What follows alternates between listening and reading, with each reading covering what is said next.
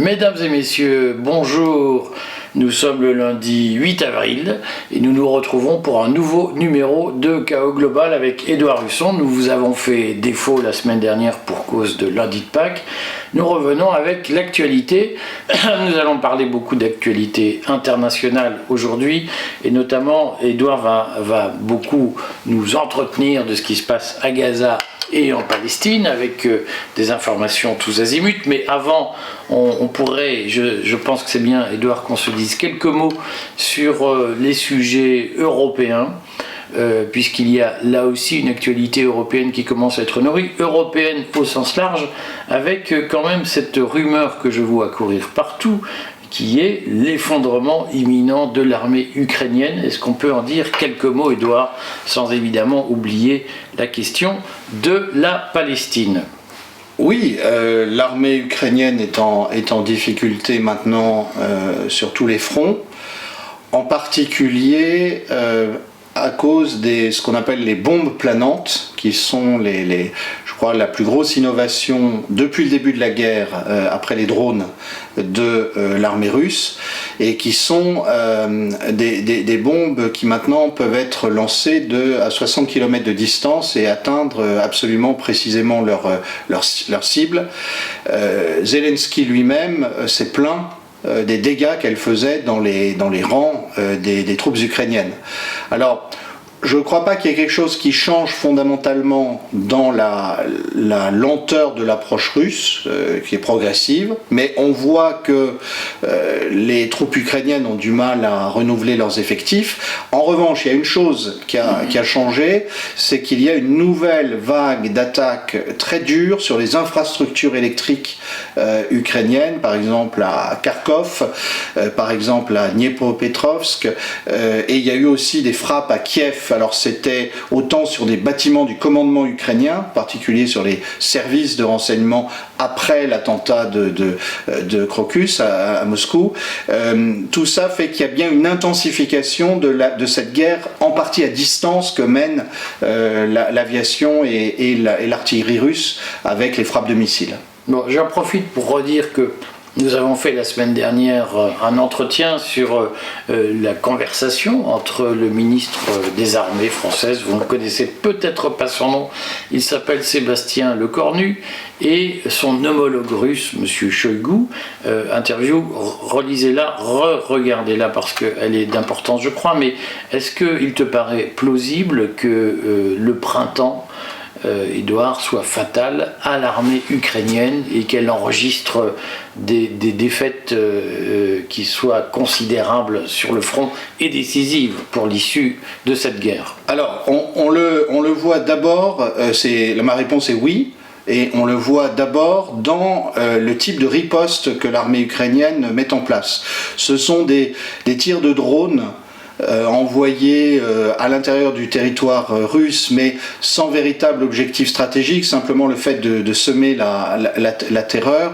Ce sont des tentatives de saturer les défenses de la Crimée. Alors ça, il y a certainement une aide des Britanniques et des Américains derrière.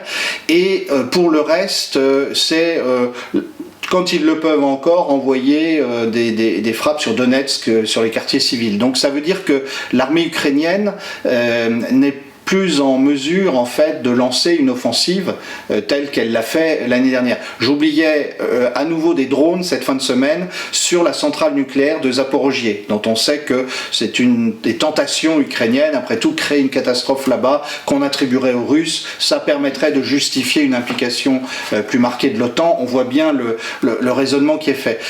Donc oui, grande difficulté, difficulté de recrutement avec un abaissement de l'âge de 27 à 25 ans, difficulté en termes d'approvisionnement puisque les stocks occidentaux s'épuisent et les usines de production d'armement américaines, allemandes en particulier, n'arrivent pas à tenir le rythme pour renouveler les stocks.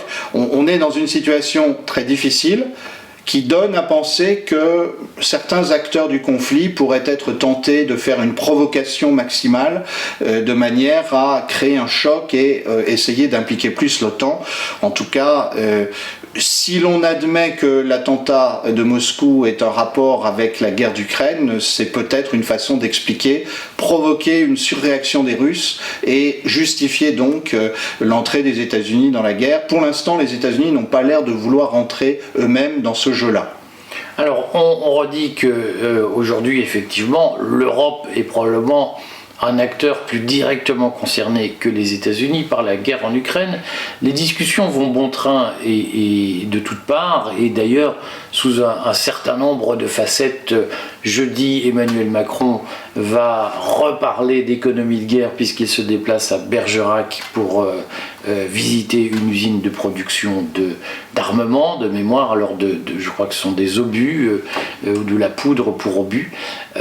Donc on voit bien que petit à petit l'Europe fourbit ses armes face à une possible défaite ukrainienne et face à un possible effondrement du front. Ce qu'il faut noter, c'est que le Conseil européen qui a eu lieu avant les vacances de Pâques n'a pas permis de déboucher sur un plan d'aide directe à l'Ukraine, donc on reste toujours avec une enveloppe de 50 milliards mais dont on ne sait pas comment on va la réunir et comment on va la dépenser, et dans ce cadre-là, l'Union européenne a par ailleurs ouvert un certain nombre de discussions sur l'importation de produits agricoles ukrainiens et sur les problèmes que cette importation va poser à nos agriculteurs. On sait qu'ils sont déjà très en colère, notamment du fait de la réduction des marchés russes, et l'arrivée de produits ukrainiens bon marché et de mauvaise qualité risque de jeter un peu plus d'huile sur le feu dans des discussions européennes qui sont complexes. Alors ce que je voulais signaler avant que nous ne parlions de Gaza, si tu le permets Édouard,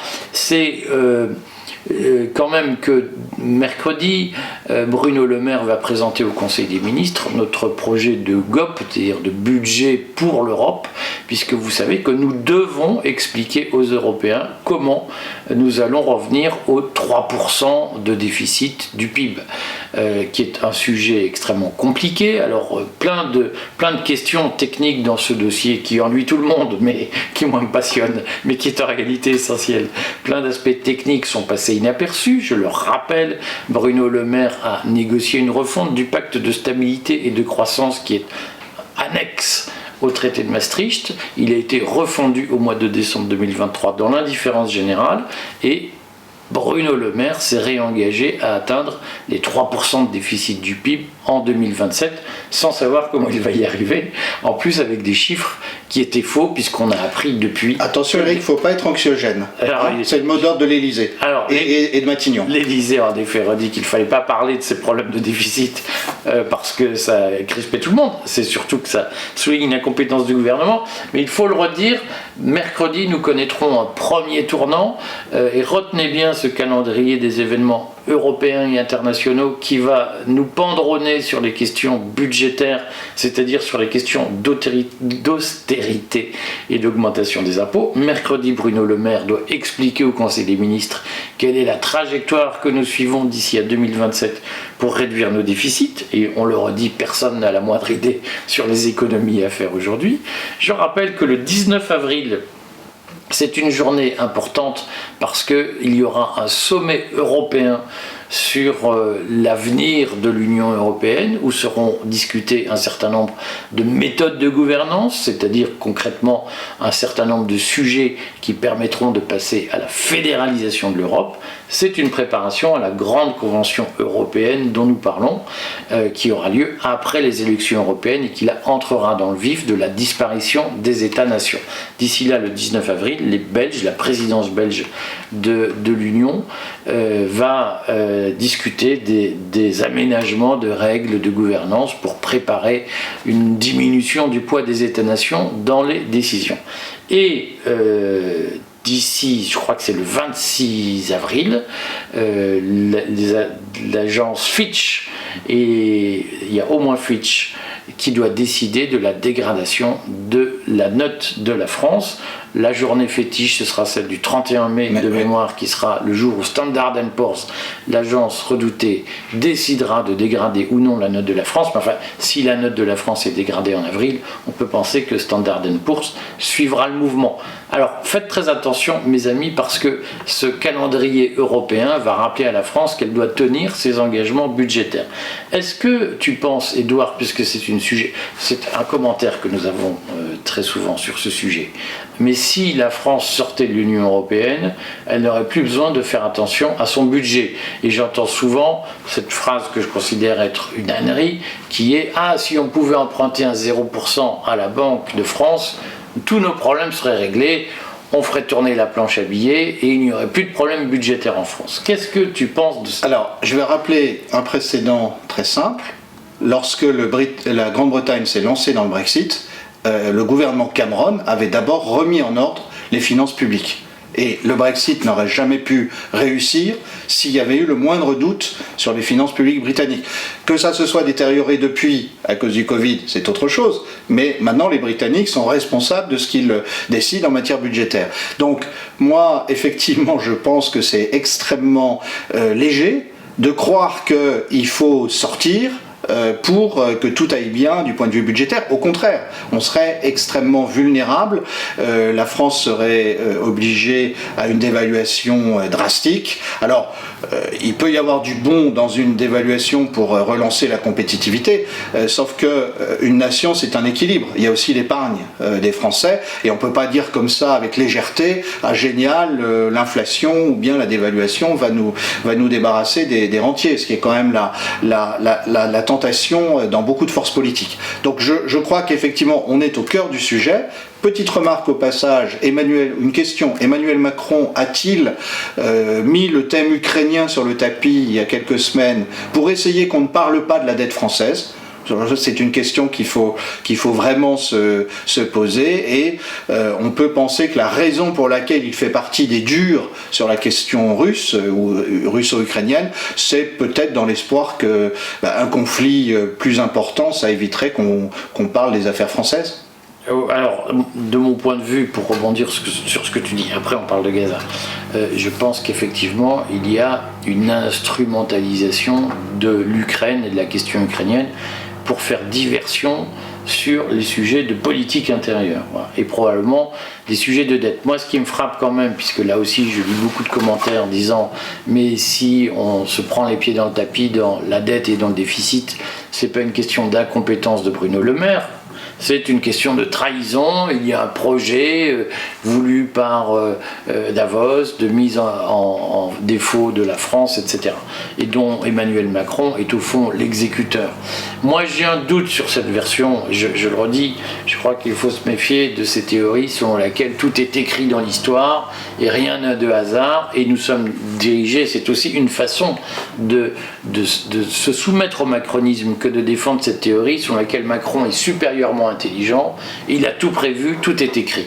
Je crois que cette idée qu'il y aurait une caste de gens supérieurement intelligents est une façon de nous convaincre qu'ils sont plus puissants que nous et que nous ne pouvons rien face à eux. En réalité, ils sont très largement, ça vous déplaît peut-être de l'entendre parce que ça vous rassure de penser que tout est sous contrôle, mais non, il y a une part de hasard dans la vérité, dans l'histoire, dans le déroulement des événements, et il y a une forte part d'incompétence et de bêtise dans l'élite qui est au pouvoir. Donc moi, quand je lis le compte-rendu de la dernière réunion, compte-rendu qui a été fait dans la presse mainstream, mais qui, de plusieurs sources, est concordante, puisque ce sont souvent des indiscrétions qui sont rapportées, et ces indiscrétions sont concordantes.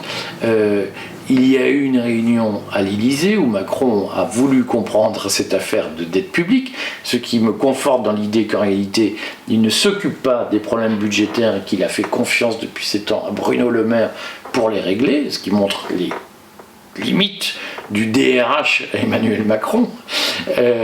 Et donc, selon les indiscrétions qui sont sorties, Emmanuel Macron a étrillé, comme on dit, Bruno Le Maire en lui disant « Mais à propos, Bruno, tu devrais parler de ces problèmes au ministre de l'économie », puisque Emmanuel Macron a constaté que Bruno Le Maire ne dominait absolument pas le sujet des déficits publics et du dérapage de ce déficit. Ce qui est quand même le signe qu'au sein même du pouvoir, il y a une forme de panique et en même temps une découverte par Emmanuel Macron du fait que la maison n'est pas tenue, si j'ose dire. Et là-dessus, redisons-le, ton homonyme, le sénateur Jean-François Husson, mais qui, je crois, n'a pas de parenté directe avec toi, le sénateur Jean-François Husson a eu accès à des documents à Bercy sur place, prouvant que Bruno Le Maire, depuis le mois d'octobre, cache, soit par incompétence, soit par malice, soit les deux, cache la véritable situation des comptes. Une commission d'enquête devrait avoir lieu au Sénat. Maintenant, toute la question est de savoir si Éric Ciotti est un dégonflé ou pas, puisque ça fait des mois qu'il claironne que le seul sujet sur lequel il mettra le gouvernement en difficulté en votant une motion de censure est le sujet du dérapage des comptes publics.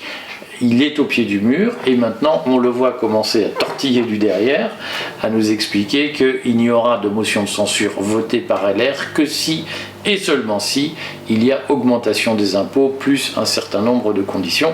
Donc l'avenir du gouvernement est entre les mains de LR. On comprend tous que Gabriel Attal est en train de négocier en sous-main une solution avec les LR et on comprend tous que Bruno Le Maire est en train de préparer avec fracas sa démission en jouant au père la vertu sur « je ne veux pas entendre parler d'augmentation d'impôts », rendu inévitable en réalité par son incapacité à trouver des solutions pour baisser les dépenses.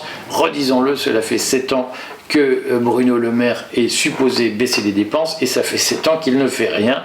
Suivez régulièrement nos colonnes sur ce sujet, j'évoque régulièrement les ratés de Bruno Le Maire en matière de diminution des dépenses, diminution que nous souhaitons tous. On clôt le chapitre franco-européen, vous voyez que tout est lié désormais depuis l'Ukraine jusqu'à Bercy et nous redisons notre solidarité avec les victimes civiles palestiniennes.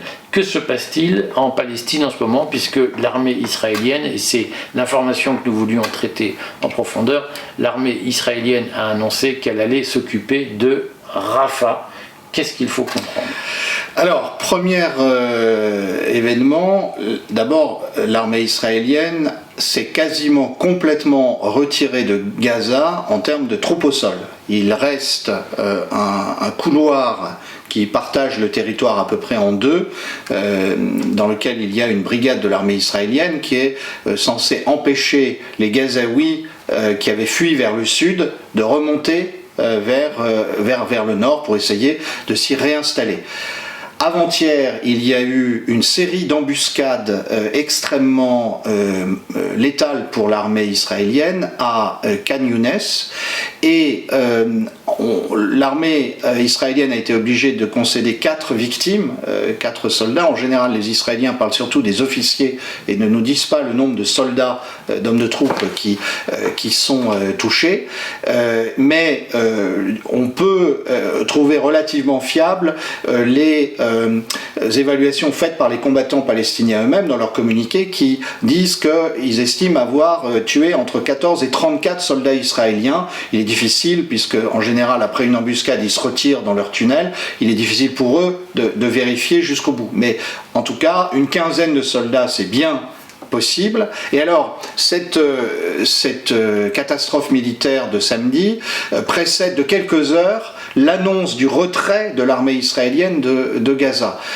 La coïncidence est bien sûr en partie fortuite, puisque la décision d'un retrait se prend longtemps à l'avance, évidemment, mais le clash entre les deux informations fait ressortir que l'armée israélienne n'a atteint aucun des objectifs que lui avait confié le gouvernement, à savoir d'abord démanteler le Hamas.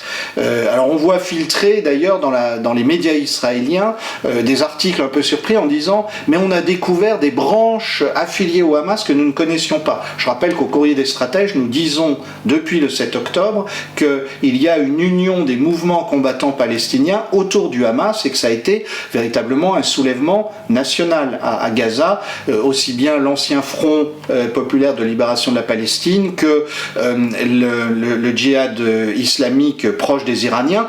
Tous ont participé au combat. Les médias israéliens commencent seulement à sortir de la rhétorique du tout Hamas. Donc c'est intéressant. Et globalement, ils essayent de couvrir ce retrait, qui est une défaite, par l'idée nous nous retirons pour préparer l'opération contre Rafah. La question qu'il faut poser sans malice, c'est est-ce que une armée qui n'est pas capable de tenir le nord et le centre, ni le centre de la bande de Gaza, va être capable de monter une opération pour démanteler enfin la structure de commandement du Hamas, disent-ils, à Rafah. Alors ceci est d'autant plus compliqué pour l'armée israélienne que, premièrement, tout le monde entier a les images des bombardements terribles des 6 derniers mois, et donc lancer une campagne de bombardement sur Rafah où sont massés 1,5 million de personnes, ça paraît quand même peu probable, et deuxièmement, à y aller au sol. On voit que ça ne réussit pas aux Israéliens. Là-dessus se greffe un vrai débat au sein du Parti démocrate américain, qui est totalement tiraillé entre ceux qui veulent maintenir la ligne de soutien inconditionnel à Israël et ceux qui disent on ne votera pas pour Joe Biden s'il continue sur cette ligne-là, on ne peut pas s'asseoir sur les droits des Palestiniens. Et on sent que même Nancy Pelosi, entre deux nuances de glace au chocolat, elle a effectivement des scrupules à continuer à soutenir la ligne pro-israélienne inconditionnelle. Donc tout ça met Israël dans une situation compliquée, avec de grandes annonces. On va attaquer le Hezbollah beaucoup plus systématiquement, mais en ont-ils les moyens logistiques s'ils n'ont pas réduit le Hamas dans la bande de Gaza? Et puis on sait qu'il y a une grande peur en Israël actuellement de ce que sera la riposte iranienne suite à la frappe de l'armée israélienne contre le consulat d'Iran à Damas. Il y a d'ailleurs eu une psychose toute la semaine chez les diplomates israéliens qui ont quitté les ambassades. Je fais une remarque de ce point de vue-là. Je suis frappé de voir comme les Occidentaux n'imaginent pas que leurs adversaires puissent être plus civilisés qu'eux. Lorsqu'Israël frappe le consulat d'une puissance étrangère, peu importe laquelle, à Damas, ça va absolument contre les règles de base du droit international. On ne touche pas aux ambassades, normalement. Même pendant la Deuxième Guerre mondiale, je n'ai pas le souvenir d'ambassade qui a été bombardée intentionnellement. Finalement, on se dit, l'Iran va faire la même chose. Mais est-ce que l'Iran est obligé de s'asseoir sur le droit international comme les Occidentaux? C'est une question que je pose, comme ça. Alors, mais avant de reparler de ce sujet, Netanyahou a déclaré « Mais nous sommes à un jet de pierre de la victoire ». Qu'est-ce qu'il faut entendre lorsqu'il dit ça? Alors le jet de pierre, mais enfin bon, je ne sais pas quelle est la distance à parcourir pour la pierre. Effectivement, hier on a eu des déclarations aussi du commandement de l'armée israélienne disant nous nous retirons parce que nous avons atteint nos objectifs. Et quelques heures après, il y avait à nouveau des roquettes qui étaient tirées par le Hamas sur les installations, les villes juives israéliennes qui sont à proximité de Gaza. Donc je crois qu'on a au contraire, d'ailleurs de ce point de vue-là les médias israéliens sont plutôt honnêtes, on a au contraire une grande déception dans la société israélienne, les objectifs n'ont pas été atteints et Netanyahou est convaincu de pratiquer la méthode Coué. Samedi soir, il y a eu encore plus de monde aux manifestations anti-Netanyahou, en particulier à Tel Aviv et à Jérusalem, et avec une répression violente de la police. Donc, là aussi, est-ce qu'on peut se dire, puisque moi ce que je trouve de plus en plus intéressant, je vais faire le pédant, c'est l'analyse structuraliste des narratifs qu'on peut faire. Je suis frappé de voir que en Israël comme en Ukraine, la propagande occidentale, puisqu'il existe une propagande occidentale, il existe une propagande russe, il existe une propagande palestinienne, il existe une propagande du Hezbollah, mais il existe une propagande occidentale aussi. Je suis frappé de voir qu'elle fonctionne sur les mêmes ressorts dans les deux cas. C'est-à-dire que on a la théorie, nous allons les battre, ils sont au bord de l'extinction, nous remportons des victoires, et puis finalement, on a l'impression que rien ne bouge. Est-ce qu'on peut penser que Netanyahou est embarqué sur le même fil, sur le même bateau que Zelensky, c'est-à-dire qu'il dépend fondamentalement du soutien de Biden, de l'administration américaine, et qu'au fond, tout ça pourrait se retourner très facilement, par exemple si Donald Trump arrivait au pouvoir? Netanyahou est dans une stratégie de survie qui ressemble de plus en plus à celle de Zelensky. Il avait sans doute au départ une assise beaucoup plus forte, parce qu'il a été au pouvoir longtemps, parce qu'il maîtrise mieux les rouages de l'État profond israélien que Zelensky, mais aujourd'hui il est dans une situation à peu près semblable, avec un Biden qui le soutient moins qu'avant. Et alors, sur cette question des récits et de la propagande et de la guerre psychologique, il y a une nouvelle importante il y a quelques jours, c'est le fait que le Nicaragua attaque l'Allemagne devant la Cour internationale de justice en reprochant à l'Allemagne de fournir des armes à Israël, donc d'alimenter ce que le Nicaragua considère être un génocide à Gaza. Alors, pourquoi est-ce que je trouve ça intéressant?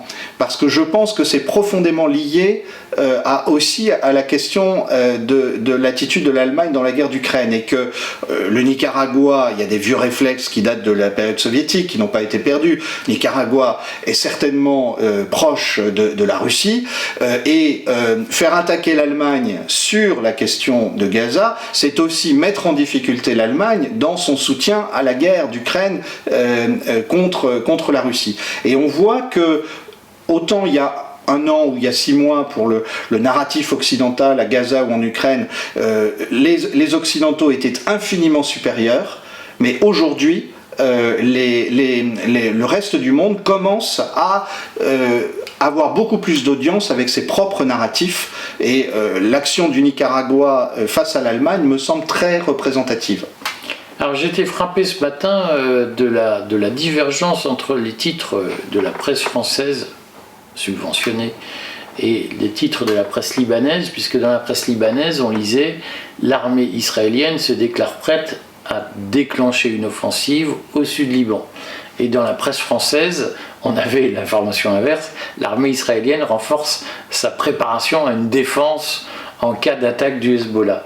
Est-ce qu'il te paraît plausible que l'armée israélienne entraîne, alors je rappelle que Thierry Messant nous en a parlé la semaine dernière, retrouvez son interview de la semaine dernière, que je mettrai en complément de cette interview, de cet entretien, mais est-ce qu'il te paraît plausible qu'il y ait une escalade internationale du conflit, que ce soit avec le Liban Sud que l'armée israélienne attaquerait, ou avec l'Iran qui riposterait à l'attaque subie à Damas en violation du droit international, redisons-le? Alors, encore une fois, je crois que l'armée israélienne, Tsahal, comme on l'appelle, n'est plus celle d'il y a 30 ou 40 ans, qui était une armée originale, avec une stratégie qui avait été élaborée dans les premières guerres israélo-arabes. Aujourd'hui, c'est une armée profondément américanisée, qui repose beaucoup sur la technologie, et qui a du mal dans une guerre asymétrique. Et c'est pour cela que je constate que ça fait des semaines, en fait des mois, ça fait 3 ou 4 mois qu'Israël menace d'entrer au sud Liban ou d'attaquer plus, et que rien ne se passe. Je suis sceptique sur le résultat si l'armée israélienne attaquait le Hezbollah. Je pense que, en tout cas dans le nord d'Israël, les destructions dues aux frappes du Hezbollah seraient considérables. Alors ensuite, aller encore plus loin, dans une sorte de fuite en avant, c'est-à-dire imaginons une riposte iranienne, et il est très vraisemblable qu'elle va avoir lieu, une riposte touchant par exemple un objectif en Israël, considérant que avoir touché une ambassade, c'est comme avoir touché l'Iran, donc l'Iran riposterait en frappant Israël, et à ce moment-là, un emballement,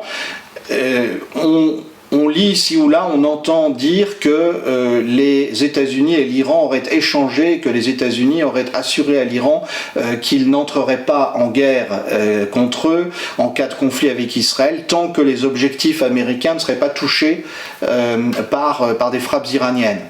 Alors on sait que les promesses américaines n'engagent que ceux qui y croient, je ne pense pas que les Iraniens achètent ça. Personnellement, je pense que la stratégie iranienne est une stratégie indirecte. Elle remonte au général Soleimani, qui a été assassiné par Donald Trump au début 2020. C'est une stratégie très prudente. Donc il y aura une frappe, mais vraisemblablement elle touchera un objectif latéral tout en le détruisant complètement. C'est plutôt ça que je vois, rendant difficile pour les Israéliens d'aller vers une guerre que l'armée israélienne ne souhaite pas, parce que aujourd'hui l'armée iranienne est je pense, supérieure à l'armée israélienne. Bon, on vous retrouve la semaine prochaine, lundi prochain. On vous rappelle qu'on augmente nos tarifs le 1er mai, donc il vous reste 3 semaines pour vous abonner à tarifs défiant toute concurrence. Et puis cette semaine, suivez notre chaîne Patrimoine et nos conseils face aux augmentations d'impôts qui se préparent. On vous parle notamment de l'évolution du cours de l'or. Suivez-le parce que c'est lié à ce qui vient d'être dit, au risque de conflits mondiaux. À très bientôt, à la semaine.